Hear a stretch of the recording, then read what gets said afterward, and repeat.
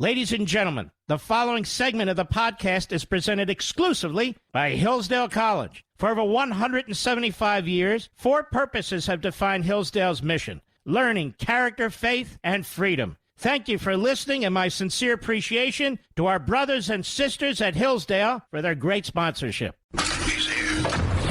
He's here. Now, broadcasting from the underground command post, deep in the bowels of a hidden bunker, somewhere under the brick and steel of a nondescript building, we've once again made contact with our leader, Mark Levin.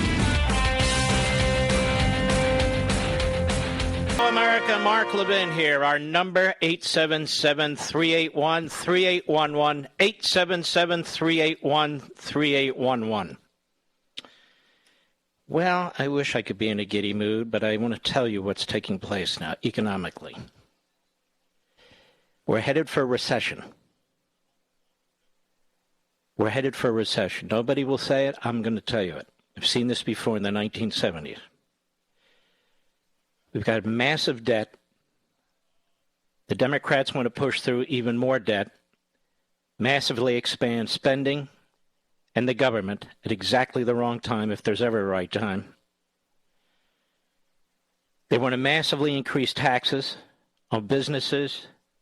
They can't find people to work and can't find products to put on their shelves.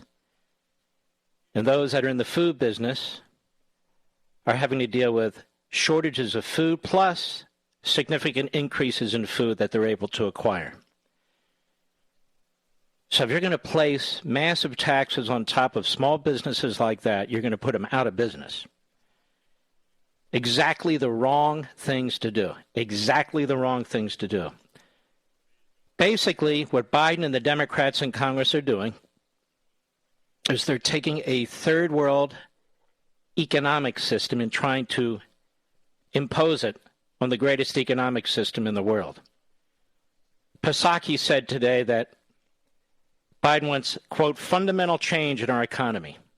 Fundamental change in our economy only takes us in one direction when it comes to Biden and the Democrats. Not to a freer, more competitive economy that grows and creates wealth and expands opportunities for all people. No, they go in the opposite direction. Fundamental change in our economy means to mimic, to copy failed economic systems. And you're seeing one taking place now. We have labor shortages. 10.5 million jobs have gone unfilled. Why? Because for the last 9 months or so, we've been subsidizing welfare. We've been subsidizing unemployment. We've been subsidizing people not to work. That's why. Energy prices are going through the roof. That's to be expected. We have half as many oil rigs functioning today as we did when Joe Biden was sworn into office. And then you have investors and you have oil companies that have no intention of expanding when they are being targeted for destruction with the Green New Deal and other absurdities that the third world economic ideologues want to impose on this nation. So fossil fuels are under attack. And the Biden Democrat Party policies are intended to kill fossil fuels. You see what's happened in Europe. This is exactly the position they have followed, and they're having massive shortages. Cars are in line at gas stations. There's rationing taking place in Great Britain and other countries. We don't need to employ such tactics, such models, but we are. Nobody voted for this, but the Democrats are in power. Joe Biden is using his pen, and this is what's taking place right now. The supply chain. Did you know we have a supply chain task force? It's obviously been very quiet. I don't know what it's been doing, to tell you the truth. So the government that is causing energy prices to go through the roof, the government that's causing inflation, the government that's creating a debt that will ensure that future generations, as far as the eye can see, will be suffering under this debt, is not going to fix the supply chain system? Is there anybody in the White House who's ever worked in the supply chain? Is there anybody in the White House who's ever worked in the private sector? I mean, industrial jobs, manufacturing jobs, shipping jobs. No, not one that I'm aware of. And yet they have their supply chain task force that's going to figure out how to improve these things.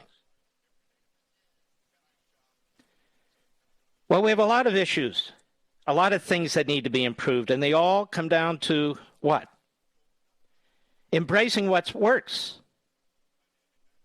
Not following AOC, who has no serious work background, or Nancy Pelosi, who has no serious private sector work background, or Schumer, who was elected to public office right out of law school. These are the people we're supposed to be following? Bernie Sanders hates our economic system. He's never had a real job either. He's a Marxist. These are the people who are leading the country. And these are the people who are creating economic dislocation. These are the people who've driven up the cost to everybody for basic goods in this country, food and clothing, by $2,100 through inflation already, $2,100 a year. They don't have the foggiest idea what they're doing because they're ideologues. They're pushing an ideological agenda. An ideological agenda based on a theory, based on an abstraction that other countries have adopted and have made them poor and the people impoverished and have actually brought down their governing systems. Can you imagine if we didn't have a constitution? Can you imagine if we didn't have a filibuster rule? There'd be no end to this. It would be even worse, which is what the Democrats want. And so now what are they going to do? They're going to lower the amount. I told you this a month ago. I don't need a pat on the back, but I was the first to explain they're going to bring the price down. They're going to push most of the same programs, enshrine them, cut the number of years, and that's the trick. And it's a lie. And it'll be devastating for future generations. Now, Democrats apparently don't care about their kids and grandkids. That's right. Media Matters, make sure you regurgitate that. Because if they did, they wouldn't have voted for Pelosi and Schumer and Biden and all the other reprobates in the Democrat Party. If you love your kids, you don't leave them with trillions and trillions of dollars of debt. If you want to protect your kids, you don't leave them with trillions and trillions of dollars in debt. You don't steal from their futures. You don't steal their wealth, wealth that's yet to be created. But apparently that's okay if you're a Democrat. Apparently that's all right if you're Joe Biden. Doesn't matter. We're headed for a recession. Massive debt, incredibly high inflation. It's going to go much higher. And more it feels like the third world, doesn't it? You can't get a car for 4 months, depending on what kind of car you want. The prices have gone through the roof, beyond manufacturer's suggested retail price. Can't even get a deal. They can't get chips, computer chips, for their automobiles and their trucks. The price of meat's gone up. Like the third world, people now are fighting over toilet paper and paper towels. People are hoarding. We're told that you better buy your Christmas gifts now, in the middle of October, because they won't be available around Christmas. You can't even find Halloween costumes, or a lot of them anyway, we're told. This is the greatest economic system on the face of the earth. Now, I'll tell you something that you won't be told. This is due in part to what these Democrat governors did during the virus, shutting down their economies in major industrial states. New York, New Jersey, Michigan, Illinois, California. These are serious states. Shutting down these economic systems. Now people trying to play catch up. Subsidizing people not to work. Now people don't have the skills that they may otherwise have, or the job, the ladder on the job up that they might have otherwise had.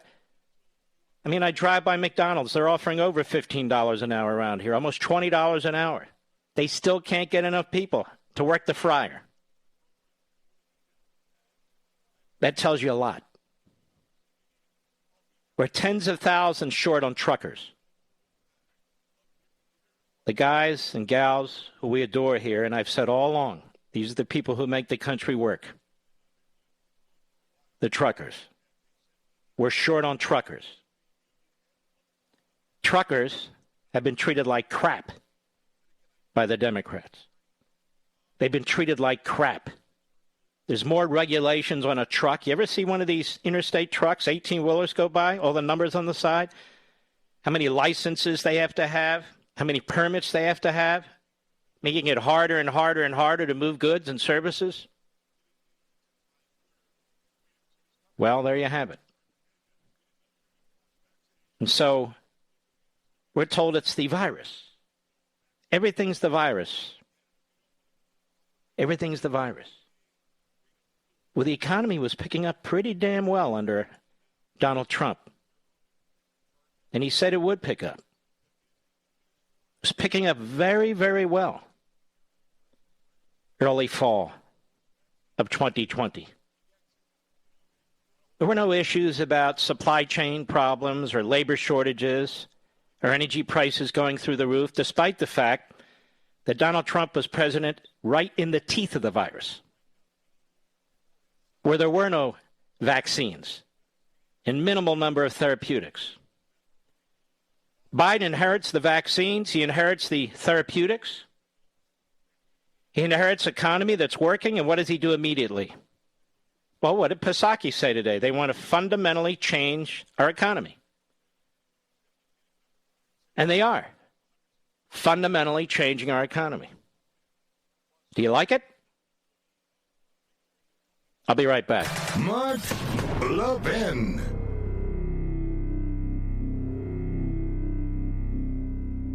Are you worried about America's future? Times of trouble are full of reasons to despair. But those who built and have preserved our country didn't despair.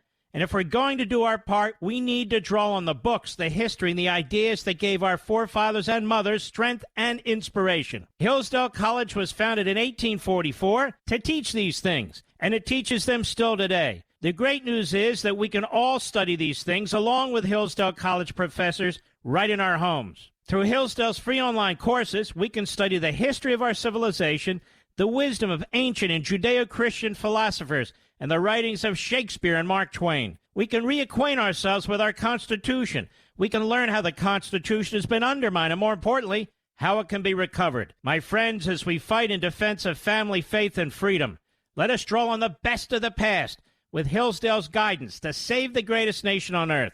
Begin learning today at levinforhillsdale.com. That's Levin for Hillsdale.com.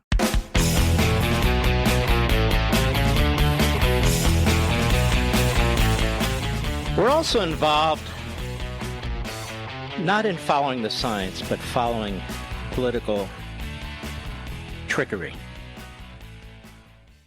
Political trickery. Over 70% of the people in this country have been vaccinated. I've said this over and over again. A significant percentage of the people who have not been vaccinated have gotten the virus, have survived it, and have natural immunity, and have the antibodies. So when you add the 70% to that significant percentage, which the CDC and Fauci and Biden and the rest refuse to do, it could be 85%, it could be 90%. A nation of 320 million people, excluding under 12 years old, to have that kind of a protection rate is very significant. It's very significant. And that's the science. Another study came out of Israel today, underscoring what the initial study said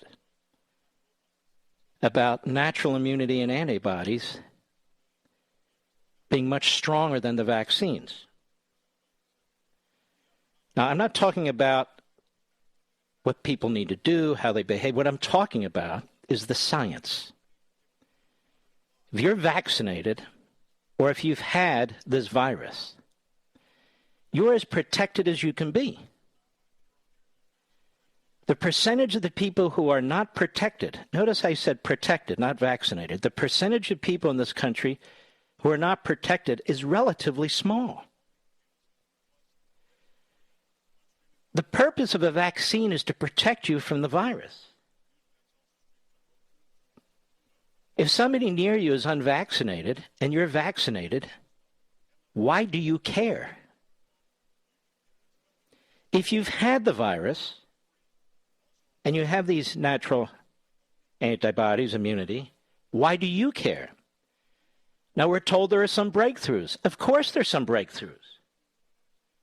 Nothing is perfect. Nothing is perfect. There are some breakthroughs. They're minuscule. Absolutely minuscule. And as minuscule as they are, their trajectory is going even down further. Now, on the other side of the ledger, we have nurses who are being fired. We have teachers who are being fired. We have medical assistants who are being fired. We have people in companies of all sorts who are being fired and let go. We have draconian requirements being dictated by the government against the United States military, where apparently hundreds of thousands of service personnel have not been vaccinated. What are you going to do? Push them all out on a dishonorable discharge? Police forces, what are you going to do? They're not following the science. And this is another hardship for the economy and certainly for these individual human beings and their families. Joe Biden said during the election that you can't mandate a vaccine. He said early in his presidency the same thing. He's obviously lying. So they screw up everything. They're not following the science. They're not following rational economics. They're not following anything but their own ideology and power demands. I'll be right back.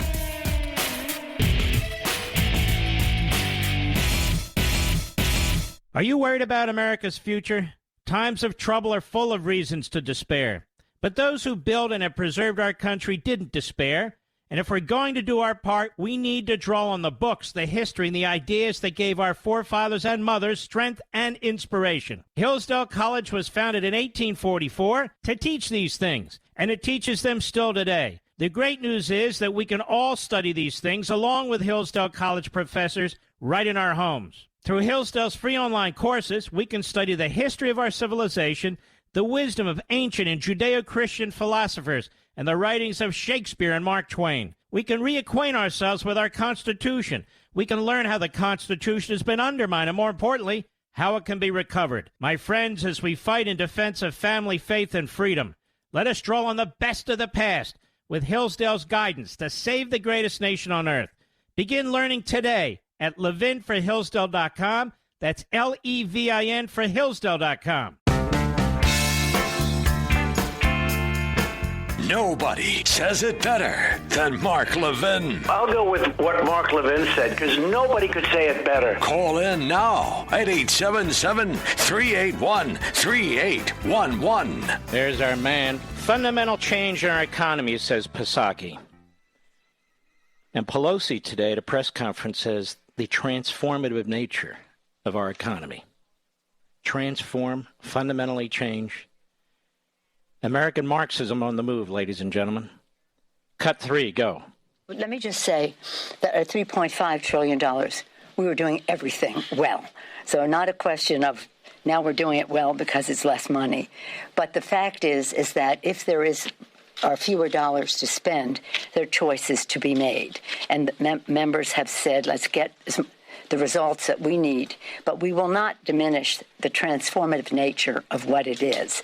And it is, some members have written back to me and said, I want to do everything. So we'll have that discussion. But again, in the family section of it, the transformative nature of the Biden child tax credit, child care and universal pre-K really go together. That's sort of they go together. They're part of the same, meeting the same need. Issues that relate to home health care. There's certain things that we're still talking about a couple $1 trillion, but it's not, it's more, it's much less. Oh, God, just listening to her, isn't that hard? You see, ladies and gentlemen, it's what I told you. They will change names. They will aggregate programs. They will cut the number of years they claim to pay for them, but they're going to push the vast majority of their quote-unquote transformative agenda, transformative nature of their agenda, or the fundamental change in our economy. That's the plan. And my concern is many of these phony moderates. Who's that guy in Northern Virginia again? What is his name? I always get it wrong. Anyway, that guy in Northern New Jersey, not Northern Virginia. Gottheimer, he's a fraud. And these others, they're going to say, see, we cut the cost, ladies and gentlemen, we cut the cost. When in fact, they're Ponziers. That's what they are. When in fact, all these phony moderates in these red districts or marginal districts or leaning purple districts are going to lie to you. And we can hope that Manchin and Sinema hold firm. It's not clear that they will if this takes place. I hope they do. They've been good so far. Because if they knock it down to $2 trillion, you got to look at the fine print, and the fine print isn't really $2 trillion. It's going to be tens of trillions of dollars over the course of the next decade or so. That's what they're doing. And Nancy Pelosi made it abundantly clear that you out there who aren't billionaires and aren't millionaires, hardly, that you are going to have your bank accounts tracked. Cut one, go. One of the pay-fors in the Build Back Better bill that's been proposed is IRS cracking down on some unpaid taxes. Banks are starting to get calls from customers, and they're reporting these calls. They're concerned about this tracking of transactions that is greater than $600. So Americans are starting to be worried about this. Do you think that this pay-for of giving the IRS more money to crack down on unpaid taxes is going to stay in the reconciliation bill? And what do you say to Americans who are concerned about that? Yes. Well, I mean, with all due respect, the plural of anecdote is not data. I've said that before here. Yes, there are concerns that some people have, but if people are breaking the law and not paying their taxes, one way to track them is through the banking measure. I think 600, but that's a negotiation that will go on as to what the amount is. Why do they assume people are breaking the law because they don't want the government tracking $600 transactions, Mr. Producer? Why do they assume that the American taxpayer, they don't care that illegal aliens are breaking the law, they don't care, no, but the American taxpayer who has a checking account or a savings account that brings in $600 or spends $600, that the IRS should be able to track that? To find tax cheats? I've been warning about this for a long time. This is not aimed at rich people. This is aimed at you. All of this is aimed at you. All of it is aimed at you. Look at what's going on in the economy now. I began the program with it. That affects you more than the wealthy. Inflation affects you more than the wealthy. Lack of goods and services in your grocery stores and other places, that affects you more than the wealthy. The wealthy can afford whatever they want. American Marxism seeks to control the people, the parents, the taxpayers. It's all about attacking the great middle class in America, which Marx did not foresee. Marx thought the Industrial Revolution in America, would result in, among other places, the great revolution, the Marxist revolution that he had dreamed about. But it didn't. It did the opposite. The Industrial Revolution showed how capitalism succeeds. Despite all the history books and the robber barons and so forth and so on, the fact is it created a massive middle class, wealthier than any mass population in any other country on the face of the earth. Ultimately, the American massive middle class lives better than kings and queens lived 100 years ago. Just 100 years ago. With all kinds of foods and drinks and so forth and so on, and major supermarkets and warehouse stores, except when the government steps in. Through economic dislocation, redistribution of wealth, massive taxation, massive regulations, pushing this ideology, this American Marxism ideology. And so they want to control you. That's what they're doing with the mandates. That's what they want to do. They have the IRS. Do you trust the IRS after the Obama administration weaponized it against the Tea Party? The IRS is a very dangerous agency. It's not one the founders ever contemplated. It's a very, very dangerous agency. And to give it the authority to monitor your bank accounts. Oh, we're only interested in the rich. Then why are you starting at $600? Don't buy it. I'm telling you now. It has nothing to do with the rich. It has everything to do with you. Now, she's got more on her mind, does Pelosi, as small as it is. Let's go to cut 5, Mr. Producer. Go. But it was the manifestation of it now, Mr. Yarmouth and Mr. Boyle. First of all, you can see that Biden isn't the only one with cognitive issues. The Speaker of the House can barely speak, despite her title. And what she's trying to mumble through here, she's talking about the enabling the Treasury to raise the debt ceiling on its own. Can you imagine? Go ahead. Puts the responsibility on the Secretary of the Treasury to make the determination to lift the debt ceiling. That decision could be overruled by the Congress. It would take 60 votes under the present custom, but nonetheless, Congress would have to overrule that. That seems Congress wouldn't if they got rid of the filibuster rule, which would come next. You see, folks, for these Democrats, for the American Marxists, there's never enough money, there's never enough borrowing, there's never enough debt, there's never enough spending. Because their ideological paradise is an impossibility.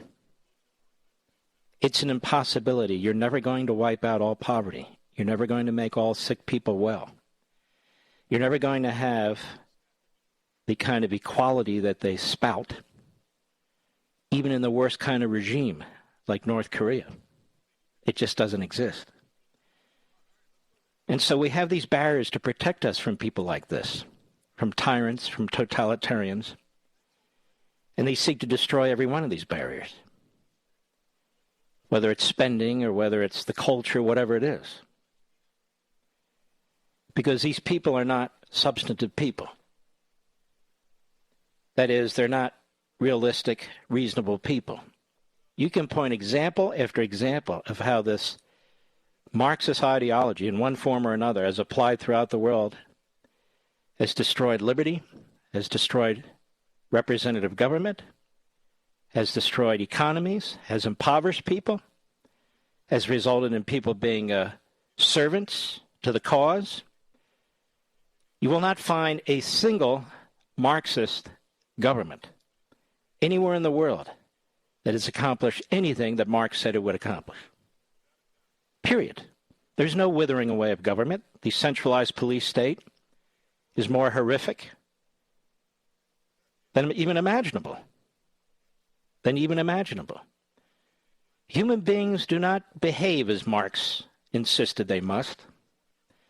And Americans don't behave as Biden, Pelosi, Schumer, and the other American Marxists insist we must. That's why you see so much resistance, whether it's at school board meetings, whether it's about mandates, and everything else. I'll be right back. Mark Levin.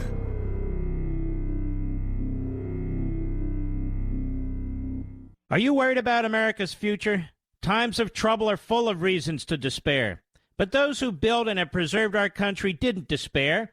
And if we're going to do our part, we need to draw on the books, the history, and the ideas that gave our forefathers and mothers strength and inspiration. Hillsdale College was founded in 1844 to teach these things, and it teaches them still today. The great news is that we can all study these things along with Hillsdale College professors right in our homes. Through Hillsdale's free online courses, we can study the history of our civilization, the wisdom of ancient and Judeo-Christian philosophers, and the writings of Shakespeare and Mark Twain. We can reacquaint ourselves with our Constitution. We can learn how the Constitution has been undermined, and more importantly, how it can be recovered. My friends, as we fight in defense of family, faith, and freedom, let us draw on the best of the past with Hillsdale's guidance to save the greatest nation on earth. Begin learning today at levinforhillsdale.com. That's Levin for Hillsdale.com.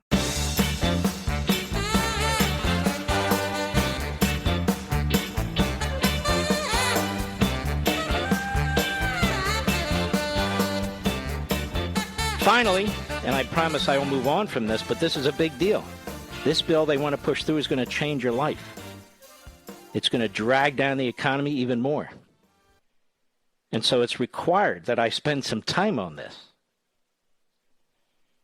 I said Psaki was talking about fundamental change in the economy. Well, here she is today. Cut 6, go. The president wants to make fundamental change in our economy, and he feels coming out of the pandemic is exactly the time to do that. So there you go. There you go. Our economy needs to be fundamentally changed. It needs to come more in line with the Marxist model. Not in every technical sense, obviously. But the Democrats never push for freedom. They never push for individuality and free will and competition. They never push for fiscal responsibility. They never embrace free market capitalism, ever.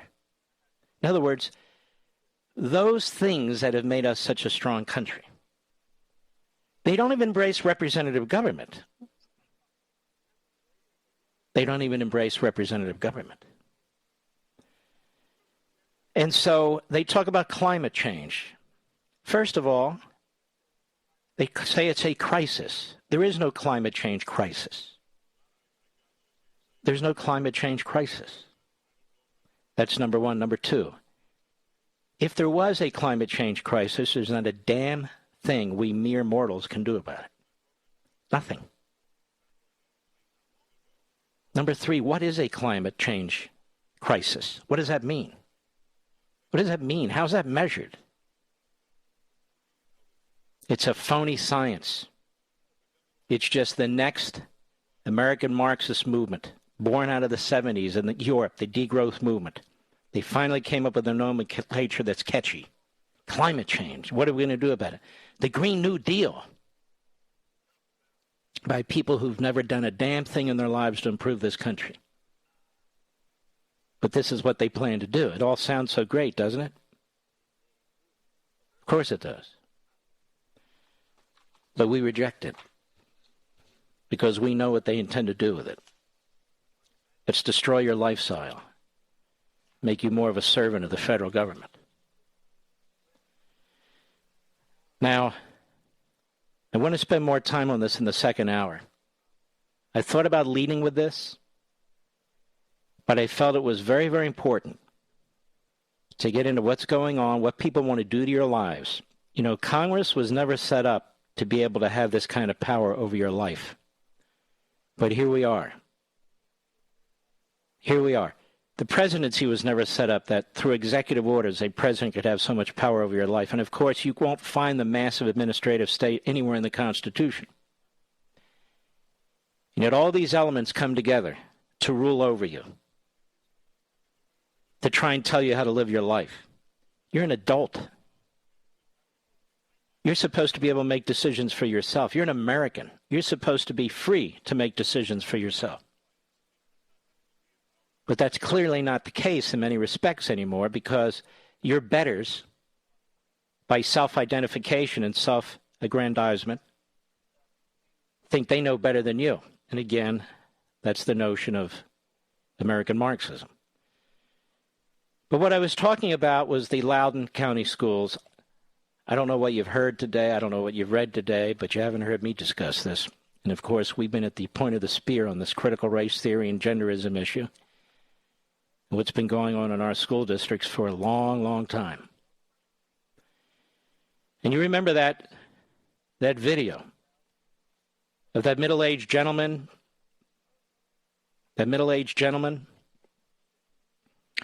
didn't seem to be that tall, didn't seem to be terribly in shape, and I'm not doing this to put him down in any respect, but you remember him? He wanted to speak at the Loudoun County Board meeting, and for reasons I still don't understand, he wasn't permitted. And then the Loudoun County's sheriffs, who were there at the time, accused him of disorder and trespassing and literally wrestled him to the ground. A man that hadn't broken any law, a man who wanted an opportunity to speak to his elected representatives, a man who hadn't shown any tendency toward violence, any threats. He wanted to speak. But he was pushed to the ground by the sheriffs and taken away because the board members didn't want to hear from him. Now I think we know why the board members didn't want to hear from him, and I think we know why the board wanted to silence him. When we come back, I want to discuss this with you because it is both shocking and unacceptable. The gentleman's name was Scott Smith, is Scott Smith. And they used that video all across the nation on the left and in the media to show how they had to bring the FBI in, of course. Be right back.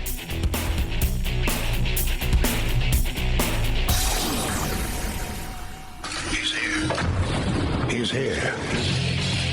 Now, broadcasting from the underground command post, deep in the bowels of a hidden bunker, somewhere under the brick and steel of a nondescript building, we've once again made contact with our leader, Mark Levin. Hello, America. Mark Levin here. Our number, 877-381-3811, 877-381-3811. This gentleman, citizen of Loudoun County, taxpayer, parent, Scott Smith, his face has been shown all over the world. It's been used by the Biden administration and Democrats and their surrogates in the media as an example of violence, as an example of why the FBI and the National Security Unit and the Criminal Division and all the rest need to have an unconstitutional role in watching our school board meetings and our parents and our taxpayers. I want to tell you a little bit about this gentleman. I mean, they almost took his shirt off while they were apprehending him. They arrested him, I'm sad to say. And I think in the Washington Examiner, Beckett Adams did a very good job of summing it up. He wrote, Scott Smith was arrested on June 22 at a school board meeting, Loudoun County, Virginia, that was deemed an unlawful assembly, quote unquote, after attendees voiced opposition to a proposed policy expanding special protections to transgender students. Smith was dragged from the event in handcuffs, his pants falling down, his lip bleeding. He was charged later with disorderly conduct and resisting arrest. Smith's arrest soon became a national story. The small business owner became an avatar of anti-school board protests, representing the unruly and ignorant anti-mask, anti-critical race theory, and anti-transgender parents in their crusade against the progressive put upon school officials. What few knew until now is that Smith attended the June 22 hearing to confront school board member over his daughter's alleged rape in a school bathroom by a, quote, gender-fluid, unquote, boy. And as I understand it, this took place in a high school, Stone Ridge High School, which is where my kids went to high school. The details apparently don't matter to the National School Board Association. In a letter to the White House this month, it actually highlighted Smith's arrest as an example why federal law enforcement agencies need to investigate and prosecute parents who oppose mask mandates and the teaching of critical race theory. Quote, as these acts of malice, violence, and threats against public school officials have increased, the group's letter to the president said, the classification of these heinous actions could be the equivalent to a form of domestic terrorism and hate crimes. It adds, we request a joint expedited review by the U.S. Departments of Justice, Education, Homeland Security, along with appropriate training, coordination, investigations, and enforcement mechanisms from the FBI, including any technical assistance necessary from and state and local coordination with its National Security Branch and Counterterrorism Division, as well as any other federal agency with relevant jurisdictional authority and oversight. And as I pointed out, this was a coordinated effort, as pointed out by a wonderful legal foundation. Coordinated effort by the White House, Department of Justice, and the National School Board Association, among others. The Department of Justice announced last week it would mobilize the federal law enforcement apparatus against school board protesters, saying it will investigate and prosecute as necessary. And the National School Board Association letter went so far as to request the use of Bush-era anti-terrorism legislation. And in its letter, the group listed a few of the most outrageous examples of the threats and acts of violence, quote-unquote, suffered by its members. The incident involving Smith is near the top of the list. And by the way, state members of the National School Board Association were not contacted. Two of them reject the letter that was sent to the president, including the one in Virginia. On August 17, Smith was found guilty on all charges and sentenced to 10 days in jail. Quote, all suspended contingent on a year of good behavior, unquote, reports the local Loudoun Now News. The top prosecutor on the case, Commonwealth's attorney Bhuta Biberaj, who ran as a pro-leniency platform, also pursued a fine and anger management training for Smith. Additional punishments the defendant's attorney found astonishing, given the 10-day sentence already seemed excessive for a man with a largely clean record. By the way, she was put in power by Soros, and she lets all kinds of criminals go, but this guy she threw the book at. It's an amazing turn of events for a father who simply tried to speak out after his daughter was raped and beaten at school in a bathroom. Smith told the Daily Wire that on May 28, quote, a boy allegedly wearing a skirt entered a girl's bathroom at nearby Stonebridge High School, where he sexually assaulted Smith's 9th grade daughter, unquote. The family's attorney, Elizabeth Lancaster, told the Daily Wire that a boy was charged with 2 counts of forcible sodomy, 1 count of anal sodomy, 1 count of forcible fellatio related to an incident that day at that school. So his daughter was raped. The sheriff's office confirmed via a public records request the existence of a report with, quote, offense, forcible sodomy and sexual battery, unquote, matching a date and location of Smith's rape. Yet on June 22nd, during the school board's hearing on the proposed policy for transgender students, school board member Beth Bartz said our students do not need to be protected and they are not in danger. Do we have assaults in our bathrooms or locker rooms regularly? The superintendent, Scott Ziegler, responded, to my knowledge, we don't have any record of assaults occurring in our restrooms. Have we had any issues involving transgender students in our bathrooms or locker rooms? Asked board chairwoman Brenda Sheridan. Said Ziegler, the superintendent, I think it's important to keep our perspective on this. We've heard it several times tonight from our public speakers, but the predator, transgender student or person simply does not exist.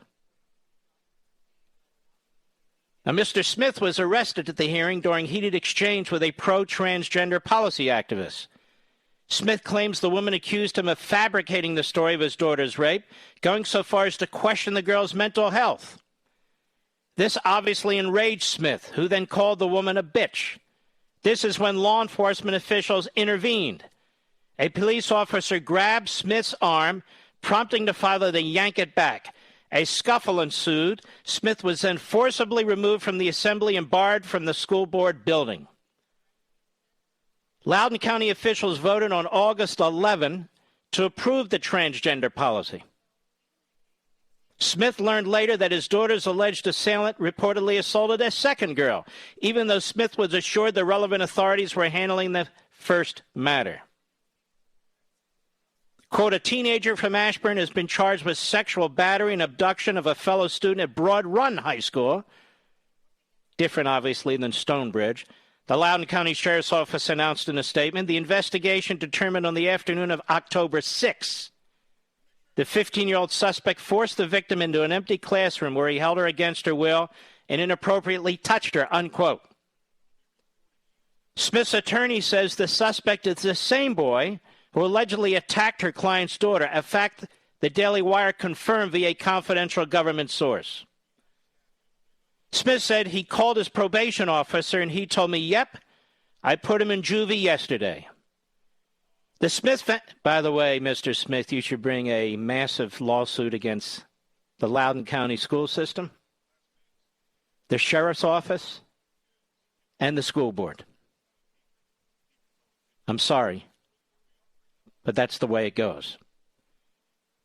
The Smith family also said they contacted the Special Victims Unit detective who reportedly told them, I can't tell you what happened, but it happened and it's bad. The family said prosecutors have informed them the court date for their daughter's alleged rapist has been moved back to October 25 to accommodate the two separate charges. There's much more to this story, including details of how left-wing groups conspired to slander and abuse dissenting parents. When you talk about injustice, it doesn't get much worse than the case of Scott and Jess Smith. Their daughter was raped and beaten.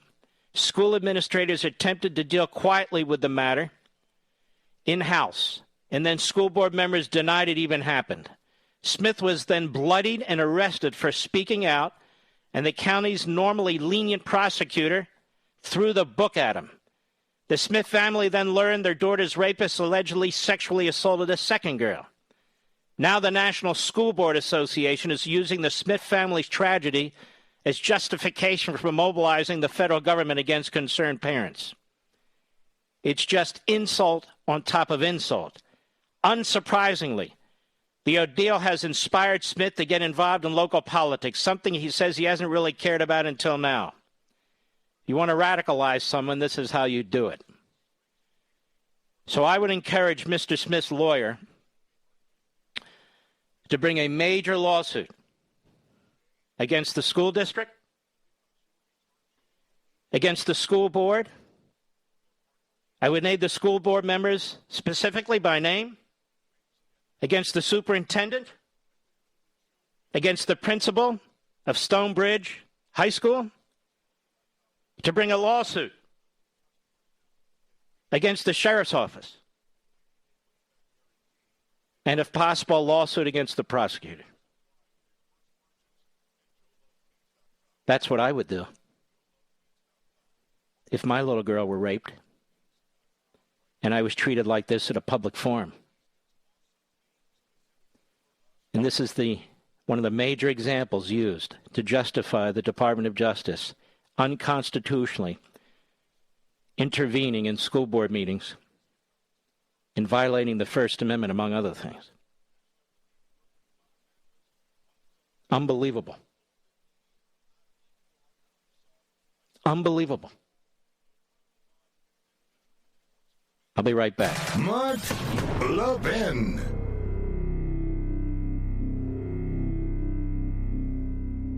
Over 2,000 of you, my listeners, made the switch from overpriced wireless carriers to Pure Talk over the past few months. We want the rest of you to join us and to see what we're talking about. If you're with AT&T and Verizon or T-Mobile, your family could save over $800 a year just by switching to Pure Talk. You get great coverage, you can keep your phone and your number, and you'll save a fortune. Pure Talk is the top-rated wireless company by Consumer Affairs with the absolute best consumer service team based right here in America. Does that sound good? Well, it gets better. Right now, get unlimited talk, text, and 6 gigs of data, just $30 a month. And if you go over on data, they don't charge you for it. They don't care.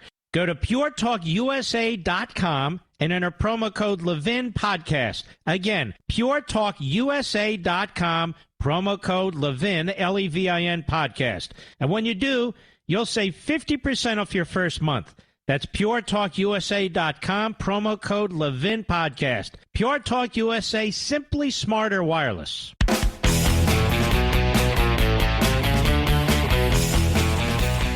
I'd love to know the name of the judge in Loudoun County who sentenced Scott Smith to. I'd love to know his name. Just some very basic inquiry on behalf of that judge. That judge would have figured out what took place. That it wasn't Mr. Smith who was the perpetrator. It was the system. It was the school board and the principal. It was the superintendent. It was the sheriffs on duty there. It was the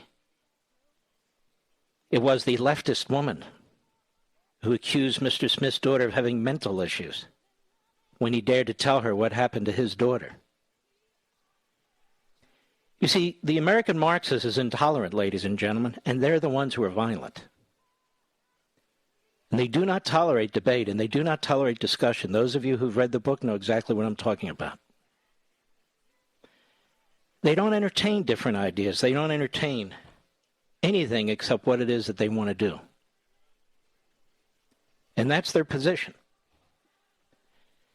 That's their position. Look all around you. That's why when I started this book, I was just trying to husband everything that was going on and make the case that the counter-revolution to the American Revolution is in full force. It can no longer be dismissed or ignored, for it's devouring our society and culture, swirling around our everyday lives, ubiquitous in our politics, schools, media, and entertainment. Once a mostly unrelatable, fringe, and subterranean movement, it is here, it is everywhere. You, your children, and your grandchildren are now immersed in it. It threatens to destroy the greatest nation ever established, along with your freedom, family, and security. Of course, the primary difference between the counter-revolution and the American Revolution is that the former seeks to destroy American society and impose autocratic rule, and the latter sought to protect American society and institute representative government. The counter-revolutionary movement of which I speak is Marxism. I've written about Marxism at length in 2 earlier books and discuss it regularly on my radio show and television shows, obviously the opening of American Marxism. There are untold numbers of books written about Marxism, but the application and adaptation of core Marxist teachings to American society and culture, what I call American Marxism, must be addressed and confronted, lest we are smothered by its modern manifestations. And make no mistake, the situation today is dire. It's dire. In America, many Marxists cloak themselves in phrases like progressives, democratic socialists, social activists, and community activists, as most Americans remain openly hostile to the name Marxism. They operate under myriad newly minted organizational or identifying nomenclatures such as Black Lives Matter, Antifa, the Squad, and so forth. And they claim to promote economic justice, environmental justice, racial equity, gender equity. They've invented new theories like critical race theory and phrases and terminologies linked to or fit into a Marxist construct. They claim the dominant culture, quote-unquote, and capitalist system are unjust and inequitable, racist and sexist, colonialist and imperialist, materialistic and destructive of the environment. But the purpose is to tear down and tear apart the nation for 1,000 reasons and in 1,000 ways, thereby dispiriting and demoralizing the public, undermining the citizenry's confidence in the nation's institutions, traditions, and customs, creating one calamity after another, weakening the nation from within, and ultimately destroying what we know as American republicanism and capitalism. There should be no mistake. The various leaders of this counter-revolution are increasingly outspoken and brazen about who they are, including bands of openly Marxist professors and activists, and they are supported by a core group of zombie-like woke followers. Whatever their labels and self-descriptions, the essential characteristics of their beliefs, statements, and policies exhibit core Marxist dogma. They occupy our colleges and universities, newsrooms and social media, boardrooms and entertainment. Their ideas are prominent within the Democratic Party in Oval Office and the halls of Congress. Their influence is seen and felt among the mostly witting as well as the unsuspecting, and in news reporting, movies, television shows, and commercials, publishing and sports, as well as teacher training and classroom curriculum throughout America's public school system. They use the tactics of propaganda and indoctrination and demand conformity and compliance, silencing contrary voices through repressive tactics, such as the cancel culture, which destroys reputations and careers, censoring and banning mostly patriotic and contrary viewpoints on social media, even including former President Donald Trump, and attacking academic freedom and intellectual exchange in higher education. They take aim at all aspects of the culture, historical monuments, including Lincoln, Washington, Douglas, the 54th Massachusetts Black Union Regiment, Mark Twain, Shakespeare, Dr. Seuss, and so forth. Pronouns are banned and replaced in nondescript words so as not to offend 58 flavors of gender identification. And it goes on. American Marxism. I think this, I say this unapologetically, this is the book of our times. This is the Thomas Paine pamphlet. I'll be right back.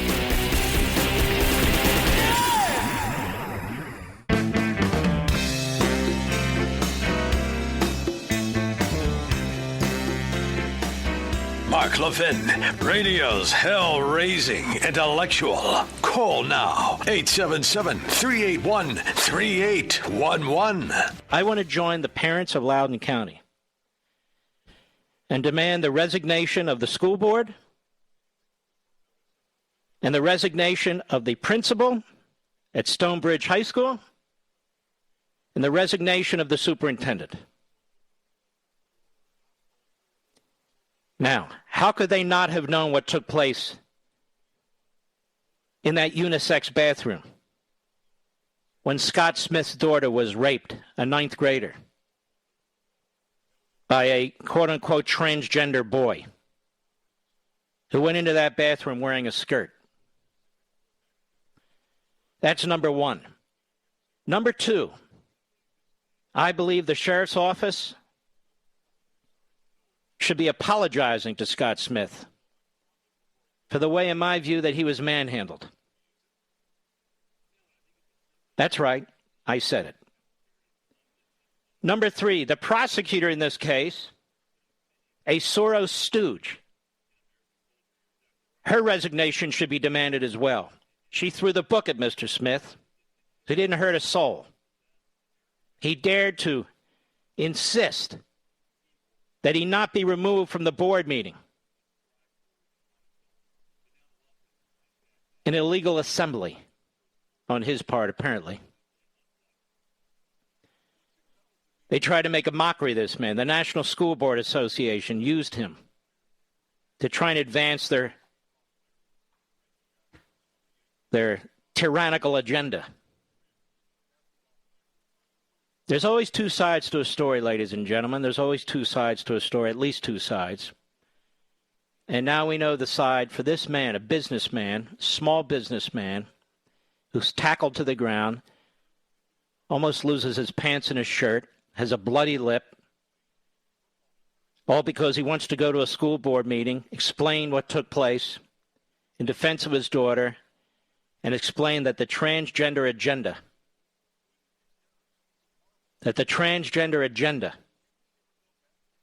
is not as innocent as it seems.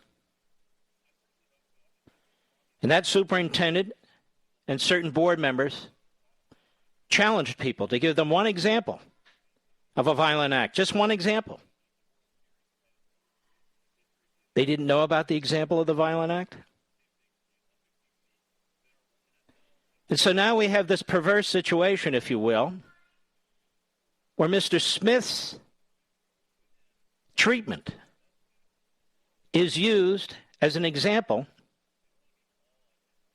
to urge Merrick Garland to throw federal law enforcement at school boards, at school board meetings, I should say, at parents. And of course, this was an inside job, as America First Legal exposed.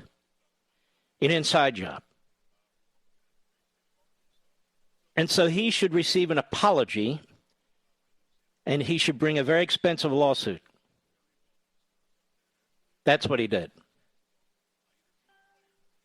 And it would seem that there's a cover-up here. It's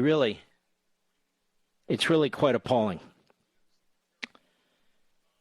Jason Johnson, most of you don't know who Jason Johnson is. Jason Johnson, as I have found out recently, is a professor at Morgan State University in Maryland, the School of Global Journalism and Communications.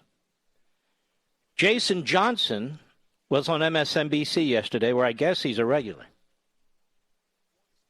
Professor. Global Journalism and Communication.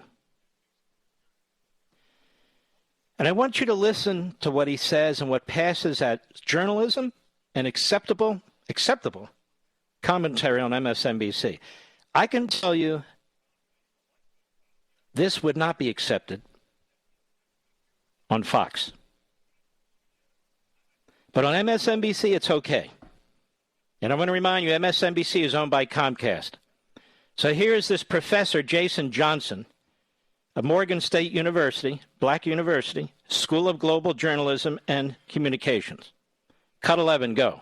You know, look, speaking of educational opportunities, one of the other crimes that we've seen lately in the state of Texas is this new book banning that they've got, where they're chasing after books and they don't want kids to learn about critical race theory. That's why I have Jerry Kraft right hold behind on me. a second. I thought they're not learning about critical race theory. Isn't that what they say, Mr. Producer? But they obviously are. Go ahead. Books for kids, and these are the kinds of things they don't want. But this is the thing. Alan West, he is the zeitgeist of the Republican Party right now. They want that same kind of, they want that sort of natural, all natural flavor racism, but they want it in blackface with a 1990s flat top haircut. That's what they want, and that's what they can get out of Alan West. Okay, you got that?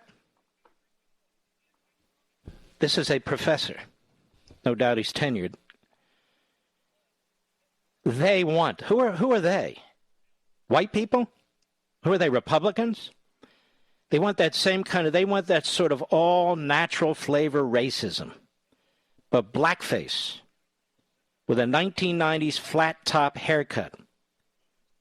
That's what they want and can get out of Alan West. Do we know what program this was on, Mr. Producer? On the Joy Reid program,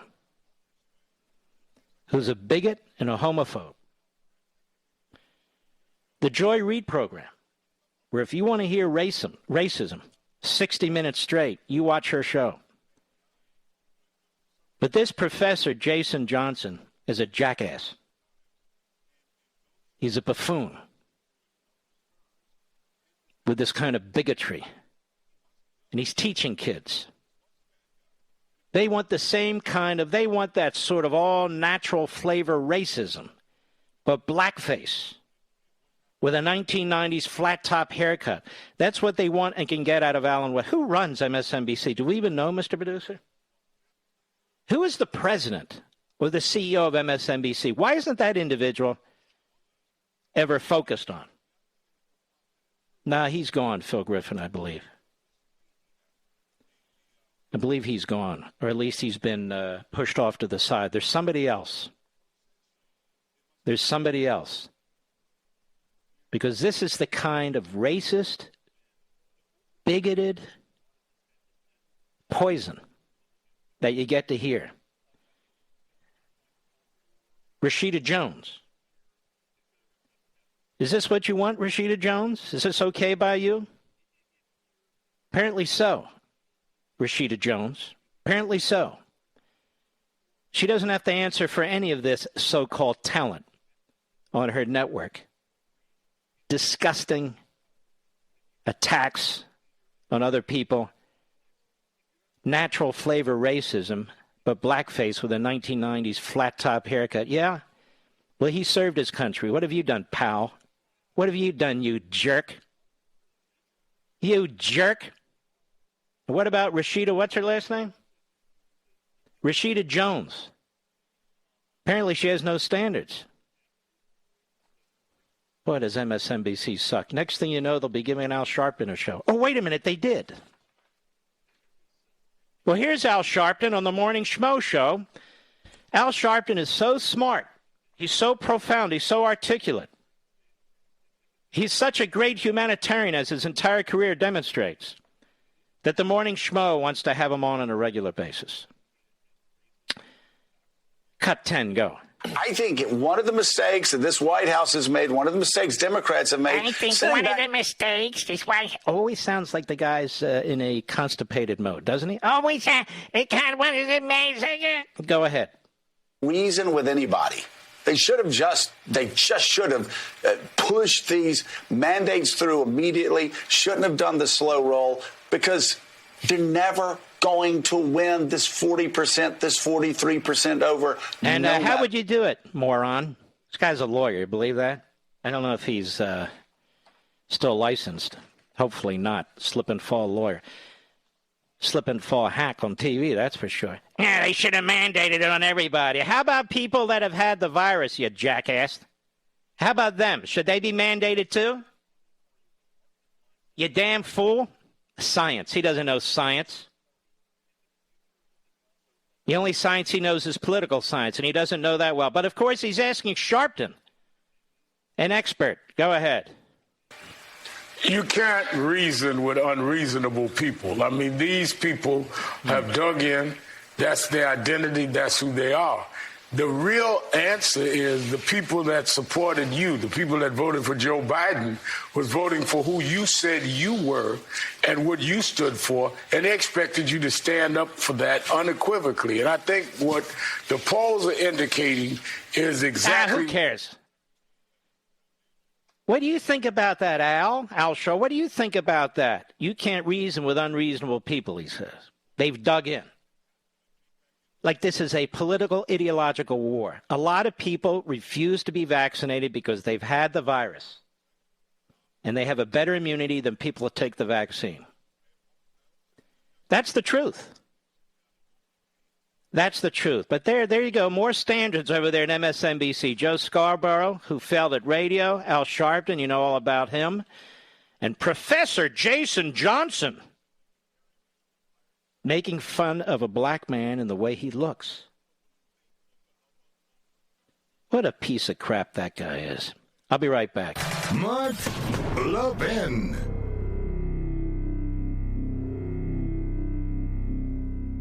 Over 2,000 of you, my listeners, made the switch from overpriced wireless carriers to Pure Talk over the past few months. We want the rest of you to join us and to see what we're talking about. If you're with AT&T and Verizon or T-Mobile, your family could save over $800 a year just by switching to Pure Talk. You get great coverage, you can keep your phone and your number, and you'll save a fortune. Pure Talk is the top-rated wireless company by Consumer Affairs, with the absolute best consumer service team based right here in America. Does that sound good? Well, it gets better. Right now, get unlimited talk, text, and 6 gigs of data, just $30 a month. And if you go over on data, they don't charge you for it. They don't care.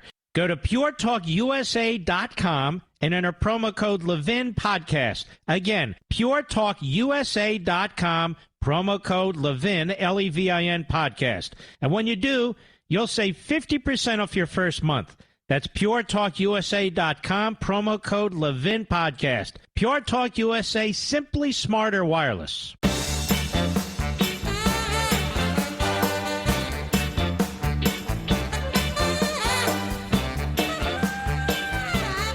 So we have this situation with John Gruden and these emails. A couple of things. These emails were intended to be private. As the Washington football team came under investigation, I guess the emails became available, including to the league, including to the commissioner. And they were apparently leaked to the New York Times. These emails are vile. The things that are said in them are vile. Some of the things that are said in them I've never said. Certainly, most of the things I've never said. In fact, most of them I've never thought. And now they were made public. And so I think Gruden resigned. I don't think he was fired. I think he resigned. And he said he's not a racist, he's not homophobic, he's not misogynistic. I can't read his heart and I can't read his mind. I can't read his heart and I can't read his mind. So this probably ended the way it should have ended. But somebody leaked all this stuff. But we're supposed to be private emails. And I wonder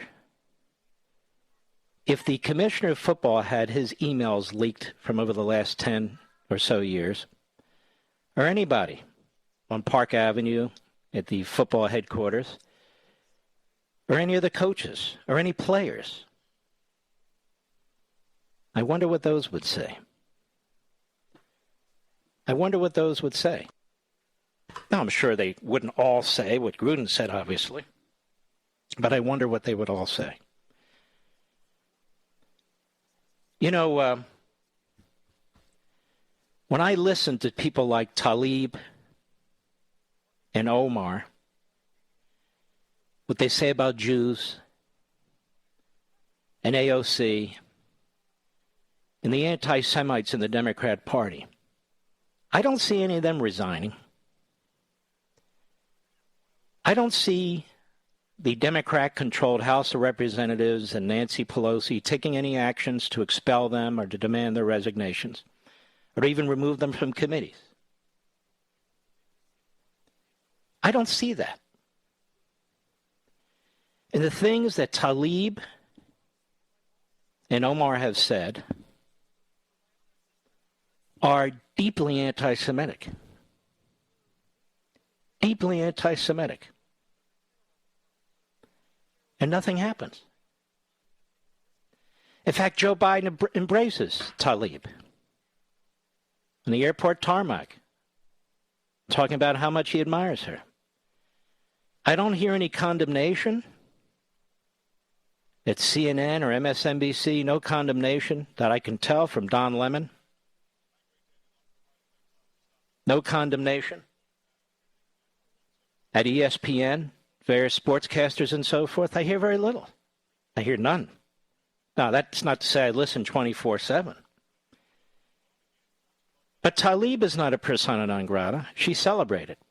Omar is not persona non grata. She's celebrated. AOC is on Sunday shows constantly.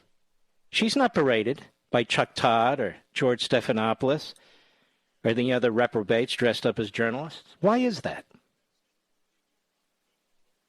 Why is that? So Gruden's out. His private emails were leaked to the New York Times by somebody obviously who wanted them out. And the things that he said obviously were not intended for public consumption, but public consumption is what took place. And he left. He resigned. Tlaib, Omar, AOC, and others have said what they said, not in private emails, not in private communications, but openly and brazenly and repeatedly. And no backlash whatsoever, except from me. I'll be right back.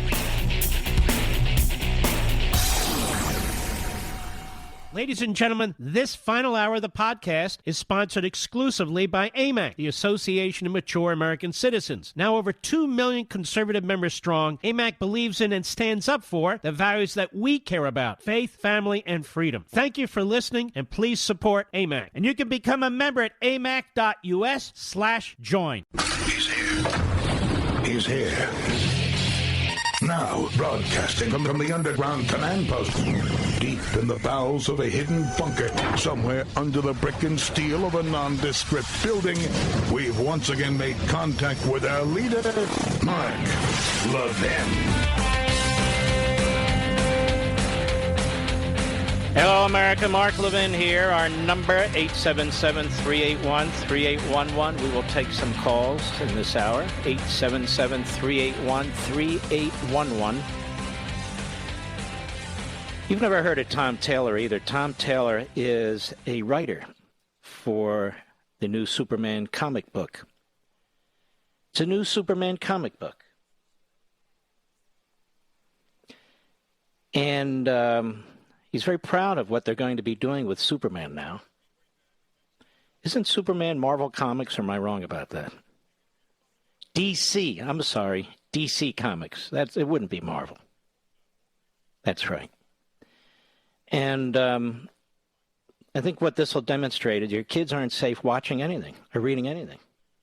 You got to be very careful what you introduce them to. This guy, Tom Taylor, is on CNN. Why? Because CNN likes what he's going to do. Well, what's he going to do? Well, let's listen. Here's Tom Taylor. Cut 18, go. And I think the first question I had to ask myself was, what should Superman represent today? A new Superman, if you're going to make a new Superman, what should that look like? And it struck me as it would be a real opportunity lost if we had Clark Kent replaced by another straight white savior. So here was an opportunity to create a Superman who could represent a whole new group of people. And I think that was one that we had to leap on. And we'll be addressing modern day issues like the climate crisis, like refugees. John, in the last issue, has just been arrested attending a protest trying to stop the refoulement of asylum seekers. He does 45 minutes of hard time, is how he puts it. But as a stand, it's a very powerful thing. Isn't Superman going to be bisexual? Did I hear that too, Mr. Producer? He is. And that's a protected civil right, being bisexual? Okay, so that's now Superman. Superman. Okay. What are they going to do with Wonder Woman? They're going to make us wonder? What are they going to do with Wonder Woman? That is what are they going to call her? A birthing person woman? I mean, I don't even know what they're going to do. It gets very complicated. But this is the culture. This is what I've been talking about, the culture. And this is... I mean, my grandkids were watching some kind of a kids show, and the next thing you know, they're talking about gay marriage. And some of you folks out there who are gay and so forth, but why introduce little kids to this stuff right now? Why introduce them to anything that's sexual related or related to anything of that sort? I'm just saying. Why can't kids be kids? Critical race theory, genderism, various forms of marriage. And now Superman is going to... And notice it's always the agenda of the left. Climate change crisis. Superman's going to be talking about the climate change crisis. The climate change crisis. And refugees. And amnesty. And... it's always that agenda. It's always that agenda. By the way, many of you have been listening to this show for a very, very long time. And I just want you to know that my position has always been, when it comes to marriage, the states determine, not the Supreme Court. That is a federalism issue. That has always been my position. And so when Justice Kennedy, not too cleverly, but over the years, was building the case for the Supreme Court to mandate same-sex marriage, I rejected it. I opposed it. Because if that's what California wants to do, then California does it. Although California didn't at one point. Well, pick a state. If that's what Massachusetts wants to do, then that's what Massachusetts does. And if somebody doesn't like it, they get up and move to another state that has a different viewpoint. Same with the death penalty, same with all these issues. I don't believe the court, I don't believe 9 lawyers should be making such decisions for the rest of the country. I'm not taking calls on this. That's my position. So if Massachusetts permits gay marriage, same-sex marriage, so be it. If Utah does not, so be it. That's always been my position. Again, with the death penalty. I don't think the Supreme Court should be outlawing the death penalty and so forth. If Florida wants to have it, so be it. If Rhode Island doesn't want to have it, so be it. People are not stuck in these states. If they think the state is unjust or immoral, or people want to do certain things that are legal in one state and illegal in another, well, then pick your state.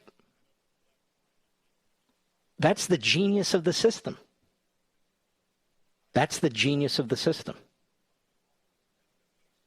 What if the Supreme Court had ruled the other way and said no on same-sex marriage for the whole country? Again, many of you will disagree with me. I don't agree with that kind of a decision either. At all. The states will decide. But apparently not anymore.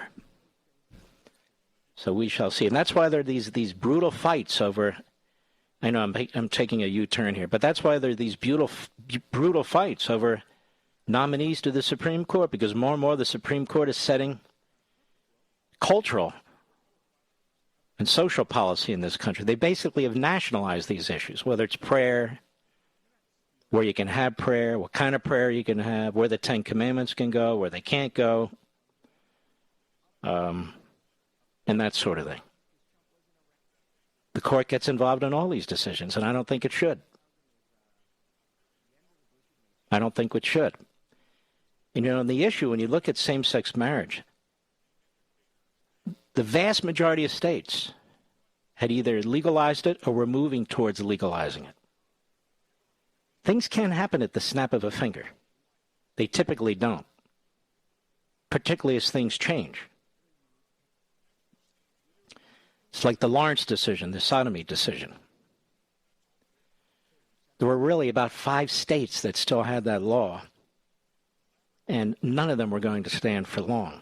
But that case was seized upon by Justice Kennedy because he understood where he wanted to go in 8 to 10 years from now. I just don't agree with that kind of legislating from the bench.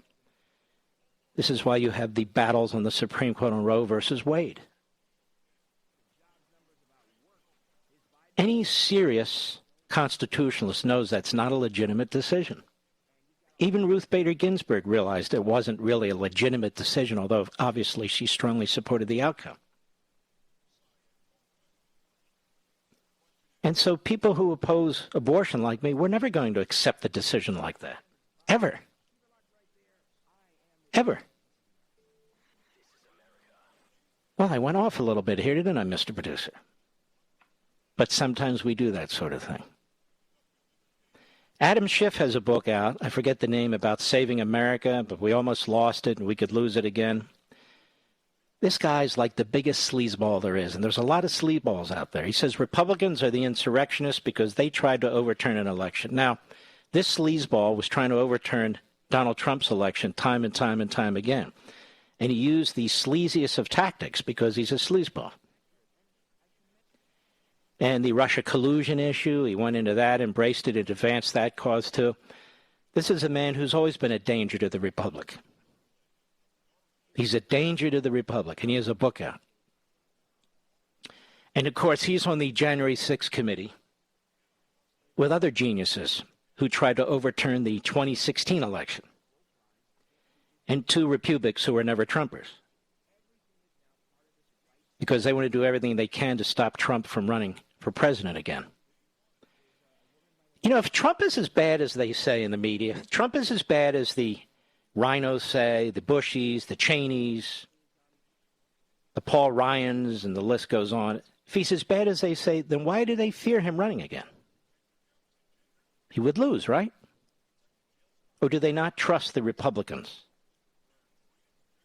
to pick a solid candidate? And when you look at Trump's record, it is a fantastic record. But he's not one of them. And that's what they hate. All right, I'm rambling. I'll be right back. Mark Levin.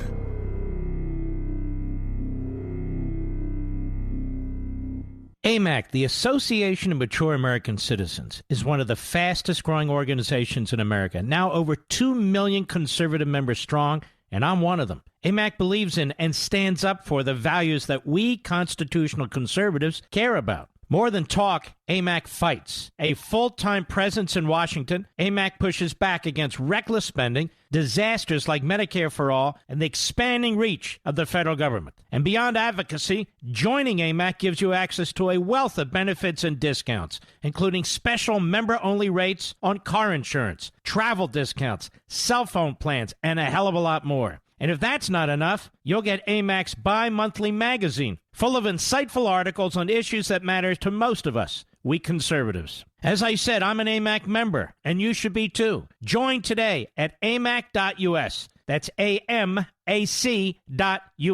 Stop supporting the liberal agenda that the other 50-plus organization has been pushing for. Join AMAC instead. AMAC.us.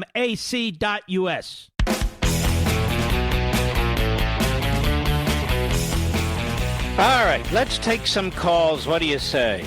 Let's go to Jonathan, Caswell, Tennessee, XM Satellite, a trucker. Jonathan, how are you, sir?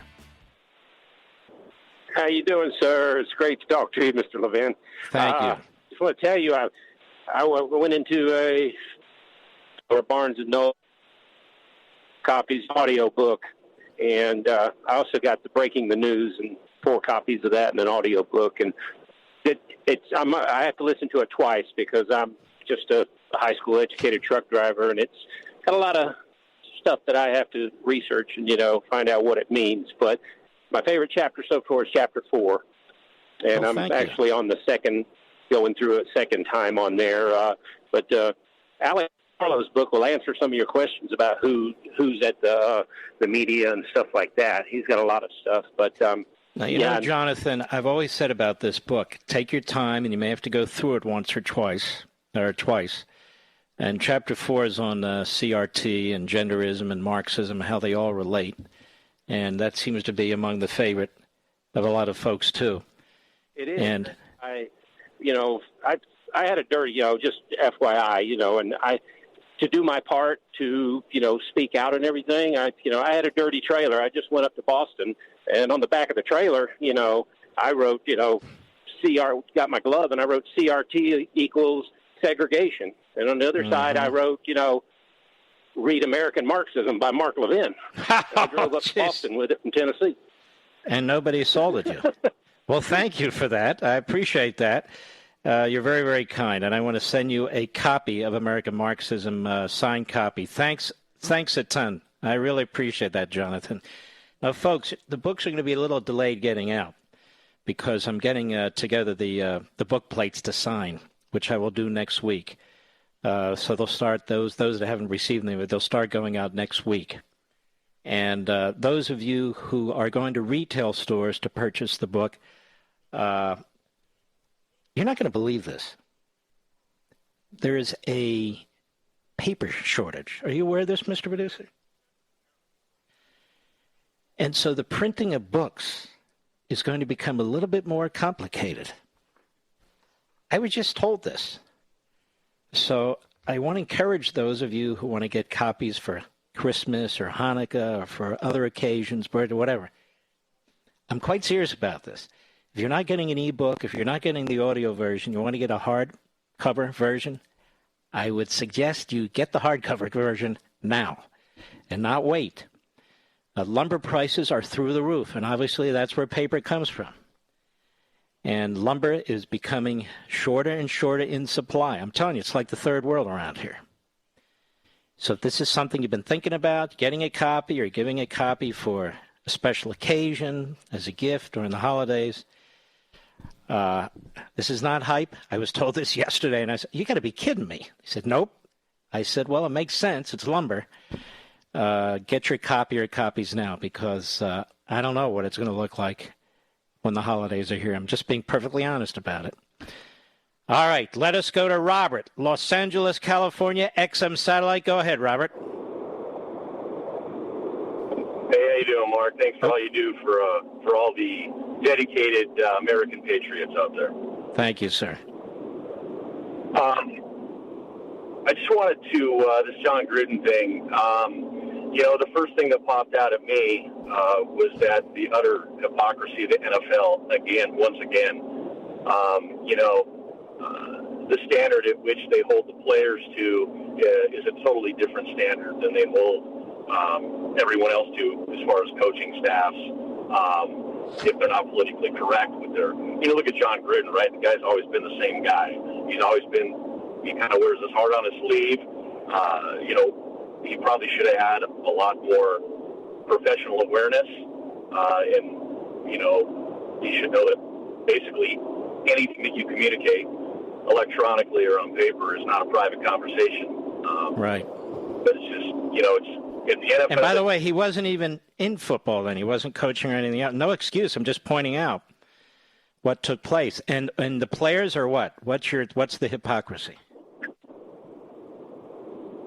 Well, you've got a lot of players that are felons. Some of them are multi-felons, several felonies. Now, some of them have beat the hell out of their wives or significant others. Well, if you look it up, and you can look it up by year, there's a number of charges. All the charges will show up for every player, and it'll show you if it's domestic violence, if it's drugs, if it's DUI, whatever. So your point is, if you're going to have a standard, then apply it to everybody. Don't apply it to some and not to others. Is that your point? Absolutely. If you're going to have a value system, stick to that value system no matter what. Mm-hmm. What is their standard? Well, I don't think, I might be different than a lot of people, but I think that different professions have different levels of expectation. But, I mean, if they put out a public standard?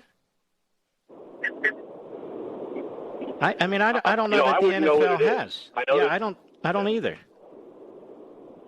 Be curious to know. All right, excellent call, my friend. We're going to send you a signed copy of American Marxism. I appreciate that. Let us continue. That was Robert. Let's go to Dan in Houston, Texas on the Mark Levin app. Dan, how are you? Mr. Levin, doing good. I hope you are too. Yes, sir. Thank you. An honor and privilege to speak with you. I'd like to first go ahead and say my heart goes out to Mr. Smith and his daughter. Nobody in our country should have to live with what they're going through. Exactly. The main reason I called, though, was, I've seen Nancy Pelosi claiming that the IRS needs to go after all these $600 transactions and so forth.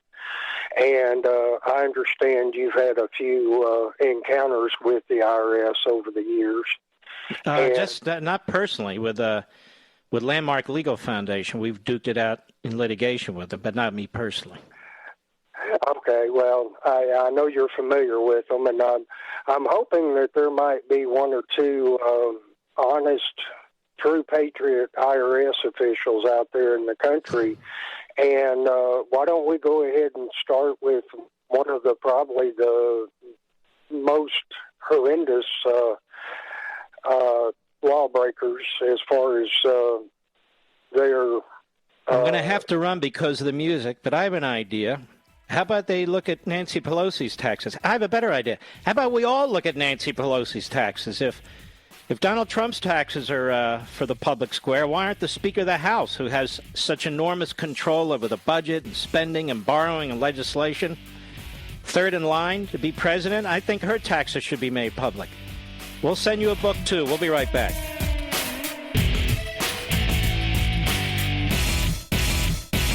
AMAC, the Association of Mature American Citizens, is one of the fastest growing organizations in America. Now over 2 million conservative members strong, and I'm one of them. AMAC believes in and stands up for the values that we constitutional conservatives care about. More than talk, AMAC fights. A full-time presence in Washington, AMAC pushes back against reckless spending, disasters like Medicare for All, and the expanding reach of the federal government. And beyond advocacy, joining AMAC gives you access to a wealth of benefits and discounts, including special member-only rates on car insurance, travel discounts, cell phone plans, and a hell of a lot more. And if that's not enough, you'll get AMAC's bi-monthly magazine, full of insightful articles on issues that matter to most of us, we conservatives. As I said, I'm an AMAC member, and you should be too. Join today at amac.us. That's AMAC.us. Stop supporting the liberal agenda that the other 50-plus organization has been pushing for. Join AMAC instead. AMAC.us.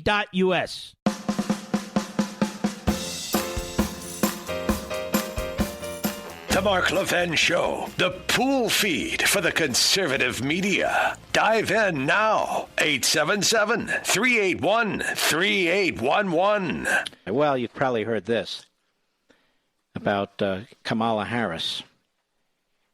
Child actors. I mean, she's such a fraud. They're trying to figure out how to make her seem like, I don't know, personable, competent. But you could tell something wasn't right. It all just seemed so bogus. Cut 19, go. Kamala Harris is the Vice President of the United States, but she's also the President of the Senate and the head of the Space Council. Well, welcome, you guys. Thank you so much. Welcome. Ready to start? Okay, go. So, I may not always be fast to take my parents' advice, but what is the best advice your parents have given you that perhaps you can share with us today? You know, one of the most important pieces of advice that I can offer you guys, and I want you to really remember this, never let anybody tell you who you are. You tell them who you are. Mm-hmm. Never tell anybody who you are. You tell them who you are. Yes, and who are you, Kamala Harris? Have we ever had a worse leadership in Washington, D.C. than this? Certainly in modern times. Seriously. You've got Joe Biden, who's just an absolute disaster on every single level. And then you have Kamala Harris, who's the same thing. The same thing. And honestly, you look at Nancy Pelosi. She's a crazy, evil lady. She just is. She's a crazy, evil lady. With her hands darting around and her eyeballs. She doesn't blink, whatever she's doing there. That's why I call her Stretch. It's quite obvious. Her eyes are popping out of her head. Sometimes I call her Eva for obvious reasons, too. She was using the phrase stormtrooper, so I thought, well, if the boots fit, you know. But what a crowd. Just preposterous. All right, Mr. Producer, to whom shall I speak? You have the list there. XM Satellite, Lake Park, Iowa. Brandon, how are you, Brandon? Good to talk to you, Mr. Levin. I'm just fine. How are you? Well, let me just say, let's go Brandon, right? Yes. You like that, right? Well, I don't know. I think so. I understand it, and yes. I approve 100%. I'm with you, brother. Go right ahead. You talk about kids being kids. When your anthem came on at 5 o'clock our time, my daughter put her hand to her heart here in the combine sitting next to me. It made me feel pretty good. Might be teaching her the right way. How old is she? But she's 15. Just turned 15. Isn't that wonderful? And you're on a combine, so you're in the middle of the field. Yep, we're harvesting right now, doing corn harvest. What are you harvesting? Corn. Corn. Man, I love corn. I'm a corn guy. Yeah, the weather's been pretty good. We're going to get some rain tonight, so we're trying to get a little bit more knocked out before the rain comes. So, you know, you were talking about shortages earlier in the lumber supply. we were told coming into fall that, some of the parts at like your John Deere shops or Case, I don't want to mark it, right. but things might be hard to come by this fall. And I did have my combine in the shop there for part of a day here the other day, and luckily they had the parts. But there's been some concern over that, and we like to say we're not immune in the Midwest, but we don't always get the impact of some of the real world things going on in the East or West Coast, but it's really hitting here. I also drive truck, and there's loads not getting covered out here. Got brokerages looking for trucks, getting pretty desperate looking for loads, and it just all kind of ties hand in hand. So, it's hitting out here pretty hard. And it is frightening because you have a situation here where you have inflation, and inflation's going to get worse because they want to spend a whole lot more. And keep in mind, even these $1 trillion bills they've passed, they haven't spent it all.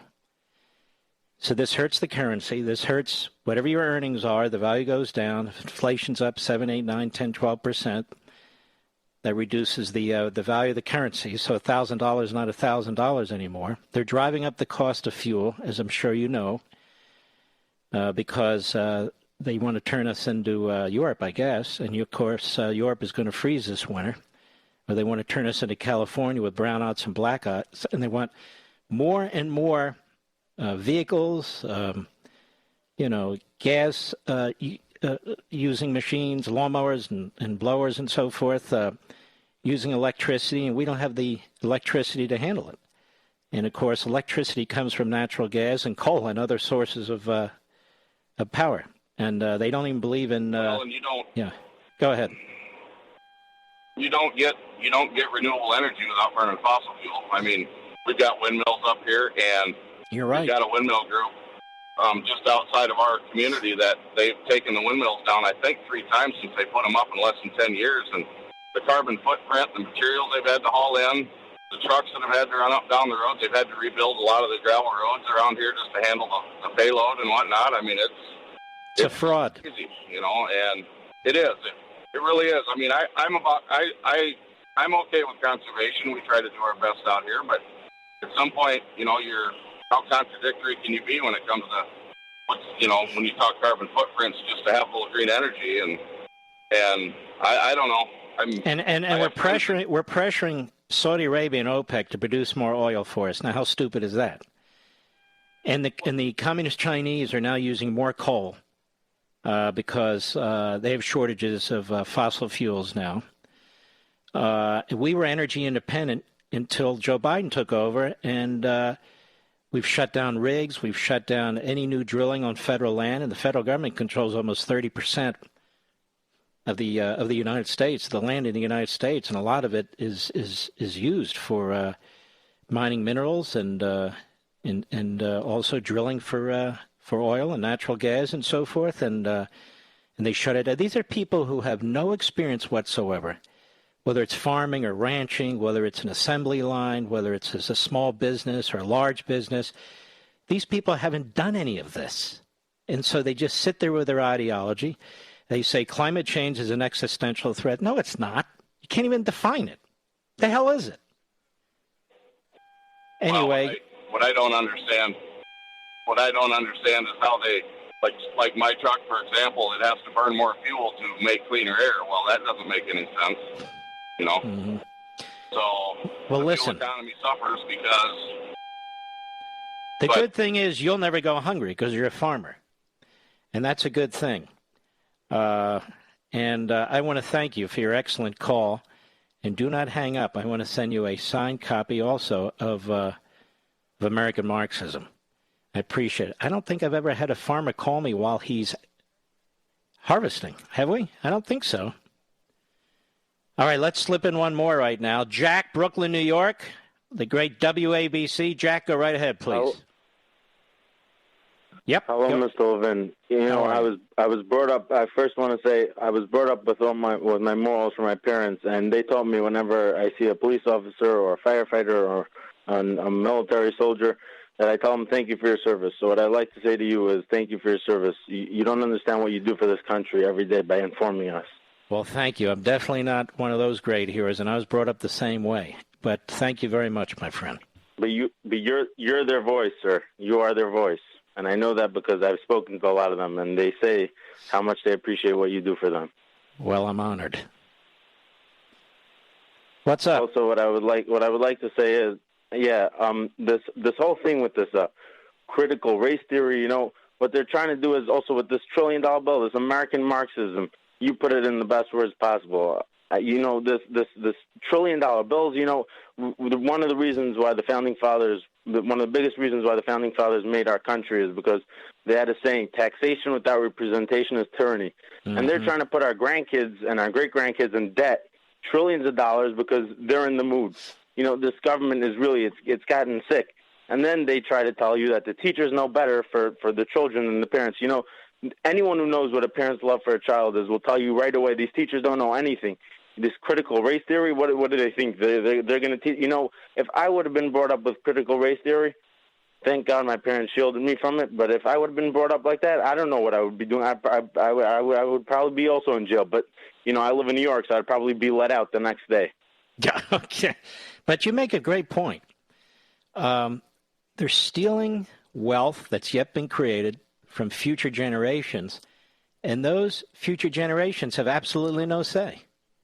No say in what's happening to them and no say in what's going to happen to them. That's a very, very important point, Jack. And so they're easy targets. And so what this American Marxism is this. It is not only an attack on the existing culture and governmental and economic systems, but it's an attack on future generations. And this is why if you're a parent and you're voting for people like this, you must really dislike your kids, because that's exactly what's happening. I'm sorry. I have no better way to put it than that. And you make an excellent point, Jack, that all these generations yet born and the wealth yet created, they don't have taxation with representation. And their parents and grandparents, in many cases, don't give a damn about it. Certainly the politicians don't, because they're stealing from them. And they're going to have to live with this. They're going to have to live with the consequences of these massive debts. And then you have this party, the Democrat Party, starting at the top, but all of them, including people in the media, the New York Times, saying it doesn't cost anything. It doesn't cost anything. And they lie to themselves, and they expect us all to buy in, but we don't. Jack, excellent call. Don't hang up. We're going to send you a signed American Marxism. I'll be right back. Mark Levin.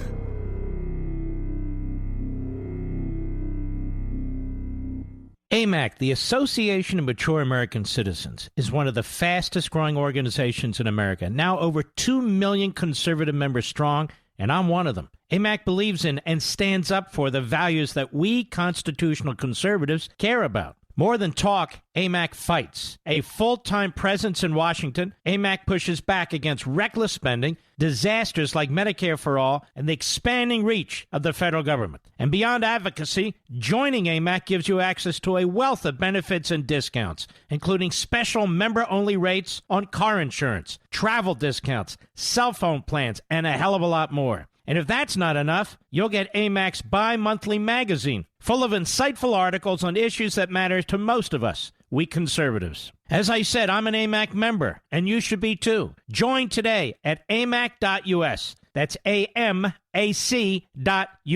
Stop supporting the liberal agenda that the other 50-plus organization has been pushing for. Join AMAC instead. AMAC.us.